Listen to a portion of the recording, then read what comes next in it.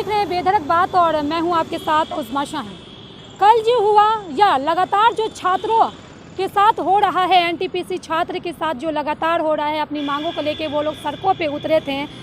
ऐसे में जो कल है बिहार बंद का ऐलान किया गया था, उसमें सारे पार्टी नज़र आए, जैसे कि कांग्रेस, आरजेडी, माले और जाप, सारे पार्टी जो है सड़कों पे उतर कर विरोध प्रदर्शन किया। लेकिन कहीं भी जो है इसमें लोजपा नज़र नहीं आई।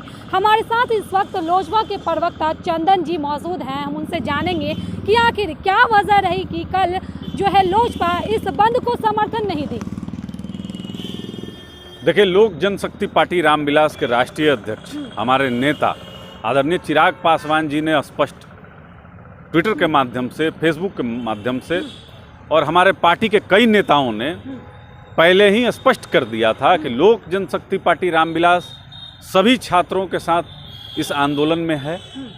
उनके बंद का हम समर्थन करते हैं, लेकिन वह बंद शांतिपूर्ण होना चाहिए, अहिंसक होना चाहिए।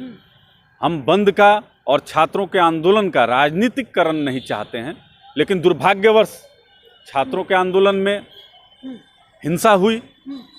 आरा में, गया में आपने देखा ट्रेनें जलाई गईं, उसका हम समर्थन नहीं करते हैं। लेकिन सभी छात्रों के जो जायज़ मांगे थी, आरआरबी एनटीपीसी की जो जायज़ मांगे थी, उनका हम लोग समर्थन करते हैं कि इनकी जो समस्या है इनका निष्पादन होना चाहिए। और रेल मंत्री जी ने जिस तरीके से कहा, भारत के प्रधानमंत्री जी ने इसमें इंटरफेयर किया और भारतीय जनता पार्टी के वरिष्ठ नेता, राज्यसभा सदस्य आदरणीय सुशील कुमार मोदी जी ने सोशल मीडिया पर आकर यह स्पष्ट कर दिया कि इसमें आरआरबी की गलती थी। तो देखिए, जब सत्ता पक्ष के लोग, जिनके पार्टी के रेल मंत्री हैं, अपनी गलती को मानकर अगर सुधारना चाहते हैं तो इसमें कोई फिर हिंसा का कोई जगह नहीं रह जाता है। लेकिन कुछ राजनीतिक गिद्ध लोग थे जो कल बिहार बंद के नाम पे दुकानों के शीशे तोड़े गए, गरीब ऑटो वाले और ठेले वाले को पीटा गया, जनता को परेशान किया गया। वैसे बंद में लोक जनशक्ति पार्टी अपना कभी समर्थन नहीं दे सकती है जिसमें बिहार के 13 करोड़ आवाम को तकलीफ हो। काफ़ी दिनों से छात्र जो है प्रदर्शन कर रहे थे, तो इतने दिनों से कभी भी जो है चिराग पासवान का उन लोगों को सपोर्ट नहीं मिला। क्या चिराग पासवान छात्रों को भूल गए हैं? हम लोग छात्रों के साथ सदैव खड़े हैं।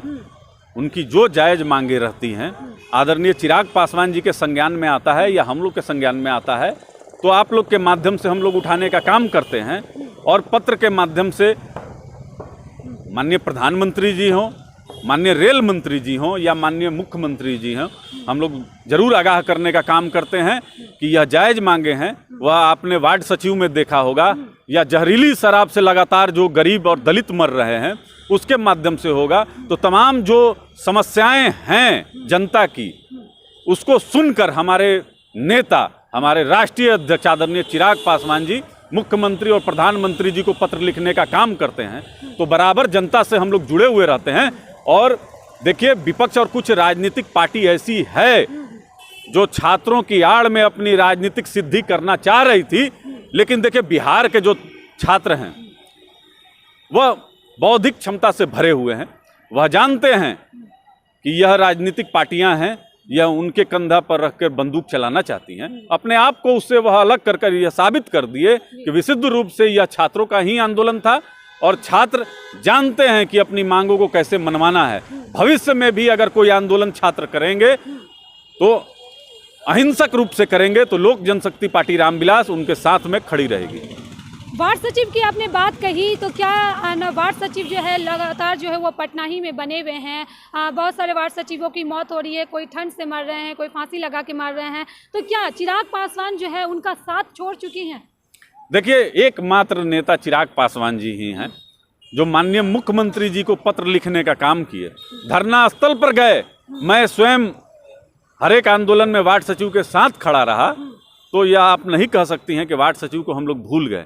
लेकिन एक पॉलिटिकल पार्टी होने के नाते हमारी भी सीमाएं हैं। एक लोकतंत्र में लोकतांत्रिक तरीके से माननीय मुख्यमंत्री जी को जिस तरीके से आगाह करना चाहिए, हमारे नेता आदरणीय चिराग पासवान जी वह करते हैं।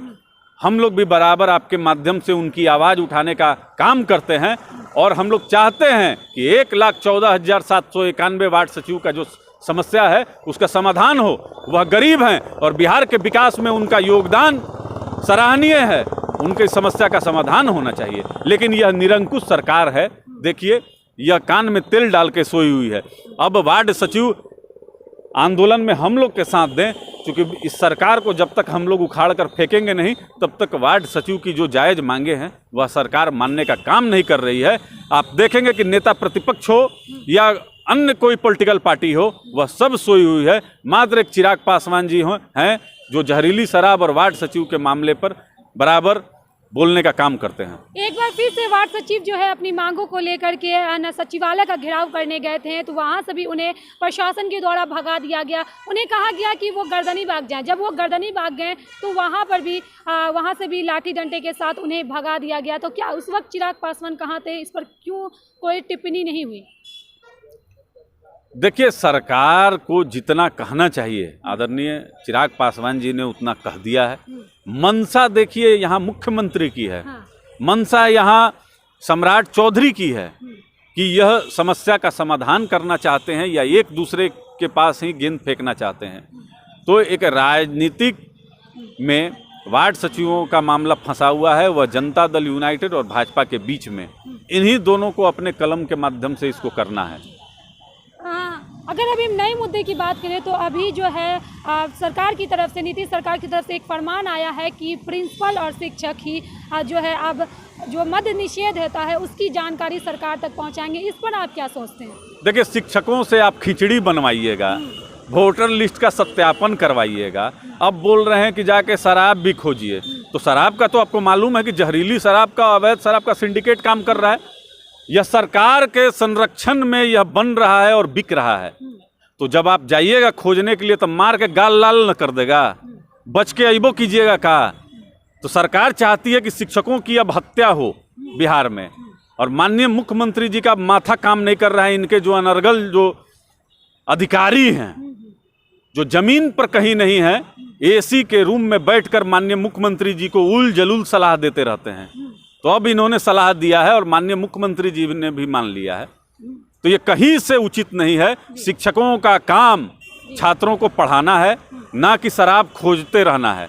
अब तो प्रशासन को आपने लगाया है शराब खोजने में। उसका यह हाल है कि बाकरगंज में बिहार की सबसे बड़ी लूट हुई, 35 किलो सोना लेके चला गया। अगर प्रशासन एक्टिव रहता सुरक्षा देने में तो यह लूट नहीं होती। तो आप क्या कहना चाह रहे हैं कि प्रशासन जो है बिहार की वो फेल है, इसलिए अब प्रिंसिपल और शिक्षकों की जरूरत पड़ गई है क्या सरकार को? देखिए, माननीय मुख्यमंत्री जी का अब सोच काम नहीं कर रहा है, क्योंकि विकास इनको करना नहीं है। इनको जोड़ तोड़ जात पात की राजनीति करना है, अगड़ा पिछड़ा करना है, दलित महादलित करना है। ऐसे सरकार को उखाड़ के फेंक देने में ही बिहार की भलाई है। वही काम हमारे नेता आदरणीय चिराग पासवान जी कर रहे हैं। बिहार के तमाम जिलों में जाकर अलख जगाने का काम कर रहे हैं कि जब तक यह निरंकुश सरकार रहेगी तब तक बिहार में ऐसे ही गरीब, दलित और शोषित मरते रहेंगे।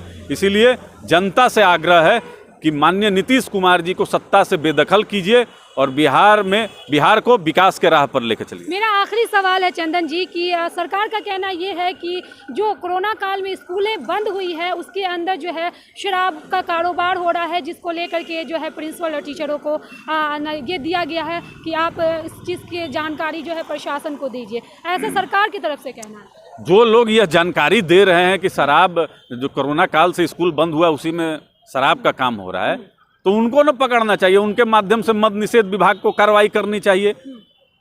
प्रशासन का सहयोग इसमें लेना चाहिए, ना कि शिक्षक को इस काम में लगाना चाहिए। ये एक उल जलूल फैसला है। लोक जनशक्ति पार्टी रामविलास इस फैसले का विरोध करती है।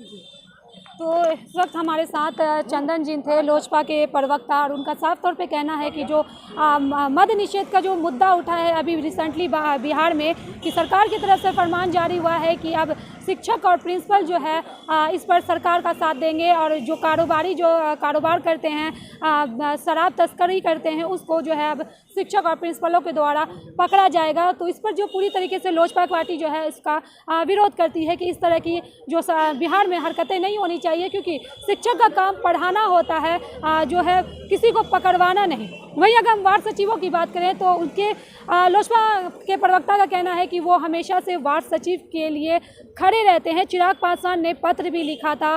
इकलौते जो चिराग पासवान हैं जिन्होंने वार्ड सचिव को मुद्दे को बहुत गहराइयों से उठाया था, उनके लिए पत्र लिखा था सरकार को, हालांकि उस पर अभी तक कोई जवाब नहीं आया। तो ऐसे ही तमाम अपडेट्स खबरों के लिए बने रहे हमारे साथ और देखते रहे हमारे चैनल बेधड़क बात।